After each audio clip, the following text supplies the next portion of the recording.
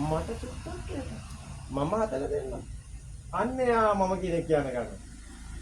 මට බඩගිනි අම්මේ කියලා. අන්න ඒතකොට අම්මලා සතුටා දෙනවා. අන්න බබා මට කෙනෙක් කියලා. නැත්නම් ඉතින් අම්මෝක කියලා දෙනවා. අපි ඕකම බලන්න මොන්ඩිසෝරි වලට එනකොට. අර එකතු වෙන එක කම්පන එකතු වෙන එක තමයි අර ශබ්ද වර්ණ එකට එකතු කම්පණය. තේරෙනවද? සිතුවිල්ල.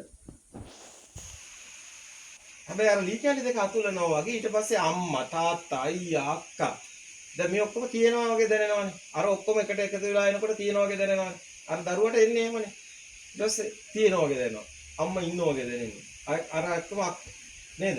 මොකක් හරි එකක් කිව්වද ඇපල් කියලා ඇපල් කියලා ටීචර් එක දෙනකොට ඇපල් තියෙනවා වෙනවා. අර සින්දු ආයෙ අහනකොට නිබේම කියවෙන්නේ අපි කරනව නෙමෙයි නිබේ එනවා. අන්න දැක්කද? ඇපල් ඉබේ එනවා. ඔරෙන්ජ් ඉබේ එනවා. ඒකනේ අර හෝම්වර්ක් දෙන්නේ මොන්ටිසෝරි ටීචර්. පින්තූර අදින්න දෙන්නේ. අර චිත්‍ර රූපේ දැන් අදින ගානක් ගන්න ඈට එනවා. ඇඳලා ඔරෙන්ජ් වෙලා. රතු එක එක ඒවා දීලා රතු හදනවා. ඒ දරුවා ලෝකේ ගැන දන්නේ නැහැ. දැන් ඒ දරුවා ලෝකේ ගැන දන්නවා. ඇයි? අර ප්‍රෝග්‍රෑම් කරනවා වගේ දත්ත ටික ගානට සෙට් කරනවා. එහෙමනේ. මේක කම්පන සිස්ටම් එකකට එන්නේ. ඊට පස්සේ බලන්නකෝ. ඊට පස්සේ ඒක ඇතුලේ මේවා ආයෙ එකතු වෙනවා. නිතර දැකපු එක ඒක ආයෙ ඕන වෙනවා. දන්නේ නැති එක ගණන් ගන්න. අර සිස්ටම් එක තාම දිගට වැඩ කරනවා. ඊට පස්සේ අර තණ්හාව. ඒක මගේ අම්මා.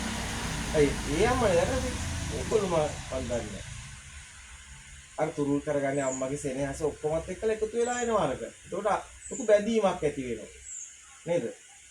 ඒක ලොකු බැඳීමක් එනවනේ හැමතැනම. දැන් මේ ආකර්ෂණ බලයක් ඇති වෙනවා. ග්‍රැවිටි පාය එක කැරකෙනකොට එන ආකර්ෂණ බල ගුරුත්වාකර්ෂණ බලය. පෘථිවිය කැරකෙනකොට එන එක.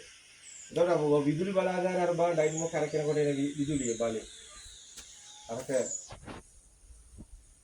ඉලෙක්ට්‍රික්